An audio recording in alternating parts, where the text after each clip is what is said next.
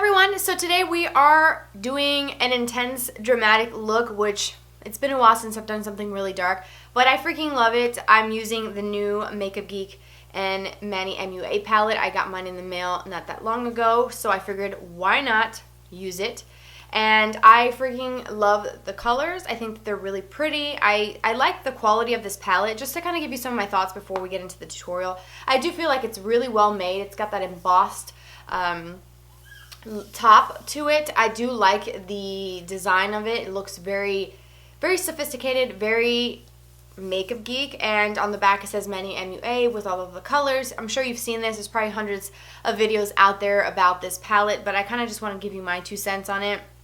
It was a little difficult for me to get my hands on this, I'm not gonna lie.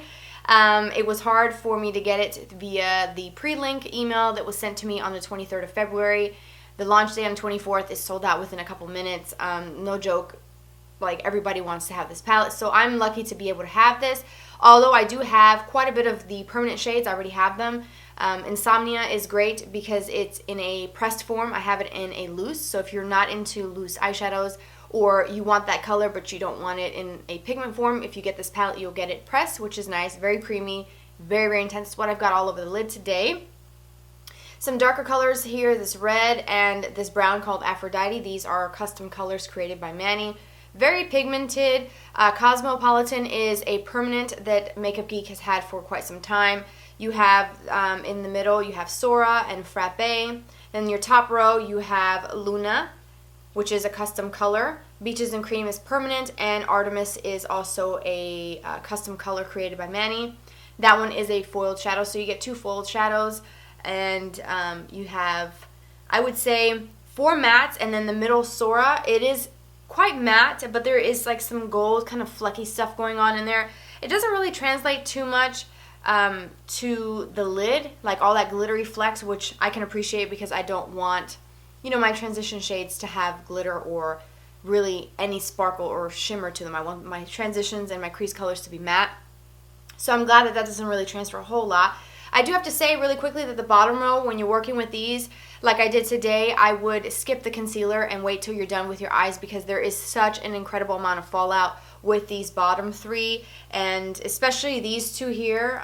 This is Mars and Aphrodite because the formula is much drier than any of the other mattes, and of course completely different than the foiled formula. So I do feel because it's so dry, or because there's so much pigment in it, it's going to be a little bit drier. So there is going to be quite a bit of fallout, so just be careful when you're, you know, working with these colors, because I would hold off. Honestly, that would be the best advice I could give you. Hold off on your concealer and foundation until you're completely done with this, with the colors, before going in with foundation and stuff, because if not, you try to clean it up and it gets all messy because they're so potent. You're going to see the stains on your skin. So just FYI, I just wanted to put that out there. Here's some swatches of the colors. Very pigmented. I really think that they did a good job on this. I want to kind of compare the formula of these permanent shades with my old school. I call them old school because I originally started my Z palettes with Makeup Geek shadows back in 2013. That's when I bought all of the shadows that she had on her site at the time. And I created 3 Z palettes with those. So I want to compare that, and maybe I'll do that before posting this video and, you know, just kind of jot some thoughts down below whether the formula is the same or whether one is more pigmented than the other. So if you're interested in knowing that, most likely I will put it down below. So enough blabbling about the palette. Let's just get into this look because I love it. It's beautiful. I hope that you enjoy it, and if you want to see how to do the look, then keep watching.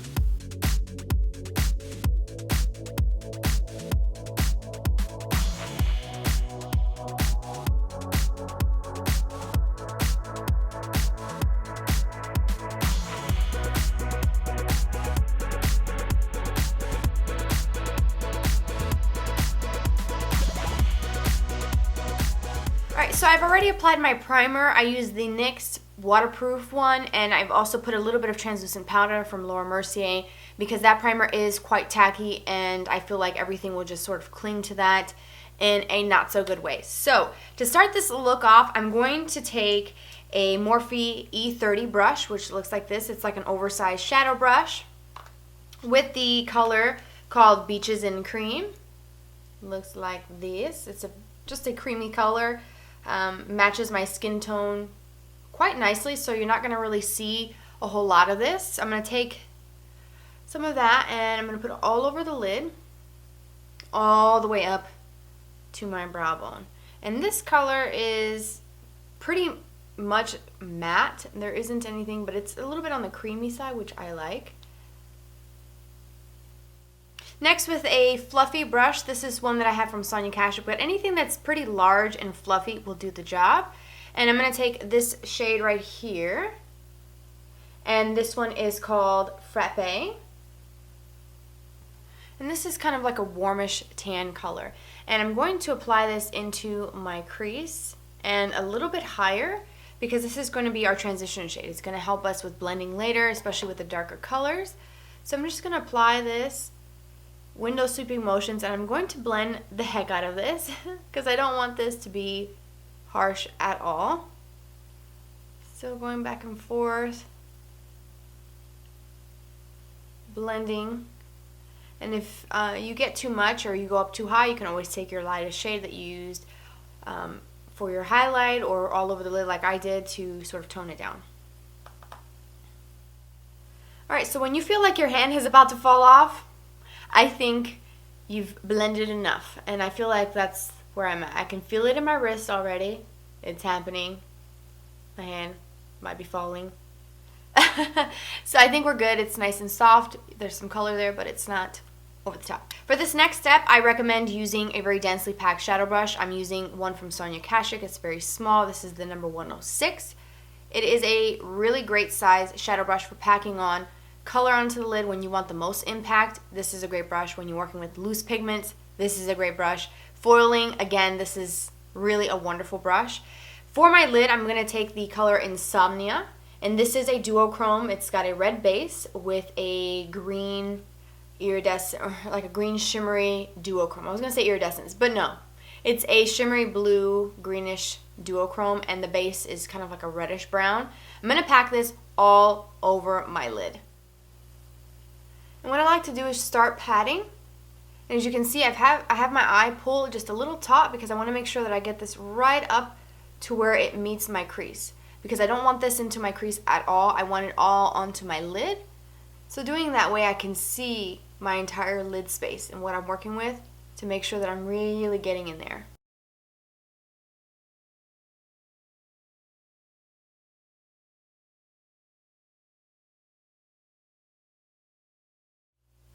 Alright, so now that I have the color really packed onto the lid, I'm going to take some more of that same shadow, but I'm going to dampen my brush after I pick up the product with whatever I have on hand, and at the moment it's the Smashbox Primer Water. And when you dampen any shadow that's kind of shimmery and metallic, it's going to foil it, so it's going to make it much more intense. If you don't have this Smashbox Primer Water, you can use eye drops. Just any brand would work. If you've got Fix Plus, you could do that. Some shadows you can even use plain water. So just anything you've got. You don't have to have anything specific for this step.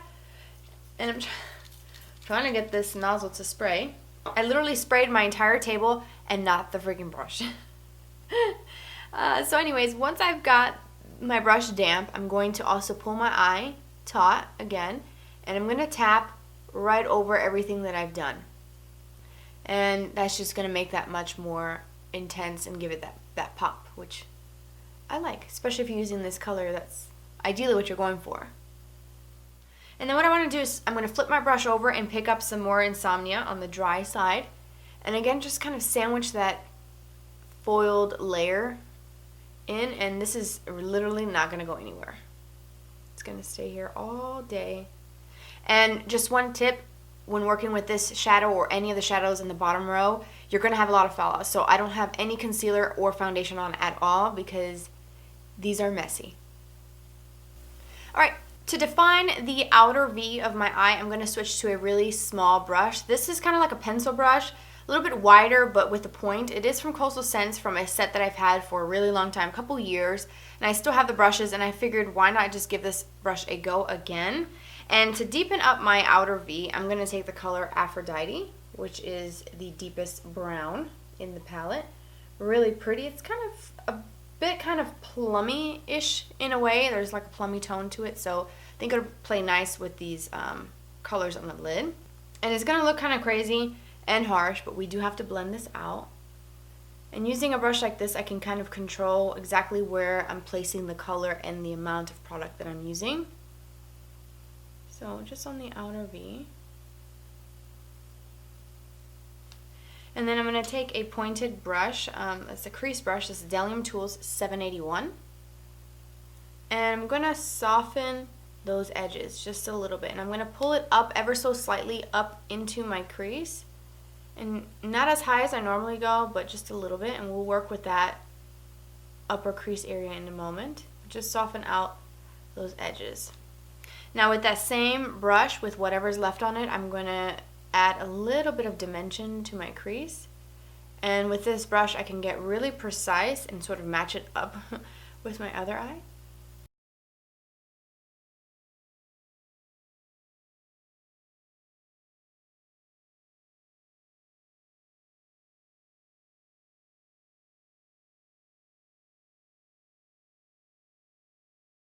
And once I've got it down where I want it, I'm going to go in with that same brush and I'm going to soften out those edges. And picking a brush that's a crease brush but shorter is going to not only blend, but it's going to keep the color placed where you have it. If it's a wider brush, it's going to distribute the product in a wider range of space. If that makes any sense. Then I'm going to switch to the Decay Tools 785. Just any crease brush that has long bristles, that has a bit of a point, would work. And I'm going to soften this out as well. Again, key to dark looks is some good blending.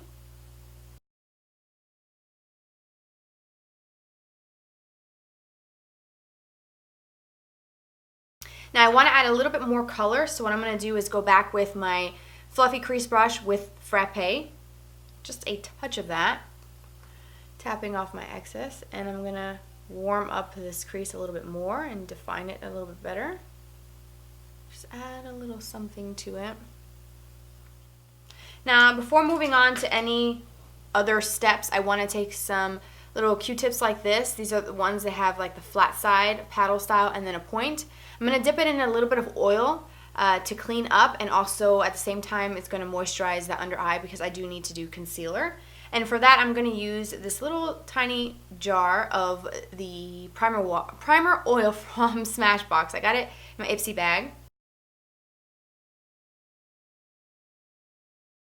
I will be using the Sephora Bright Future. This is the color corrector in the lightest peach color. I'm going to add a little bit of that to my under eye area. A little bit right out here.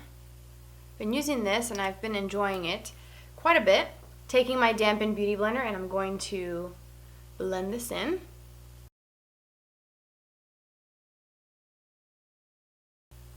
And having that oil down also helps so that my under eye area doesn't look too dry. And because if you have like dryness and then you put color correctors, concealer, setting powder, it can look a little heavy. So I do like that. And then for the eyeshadow, I'm going to switch to a definer brush. It's very stiff and very blunt cut. This is from Sigma, has the really old numbering from when they first started their company. Don't know what the new numbering is, but just any flat definer brush like this would work for the next step. I'm going to take Frappe, which is that warm tan, and I'm going to add this really close to my lash line. And just kind of push it into the root of my lash, really close to my waterline without getting it into my eye. And then on top of that, I'm going to take Aphrodite again, which is that really dark brown. And I want the most of that color to be right out in the outer part of my lower lashes, making sure that it connects with this outer V from the upper lash line, and then just with whatever's left bring it into the or closer to the inner corner. With a Morphe B42 I'm going to blend that out. Keep it more precise and close to the root of the lash, or you can smoke it out and get it nice and thick like I am, because that's the look that I like. Again, it's total preference. This whole look, lots of things are optional here, so you know, just apply it the way you like to wear your eyeshadow.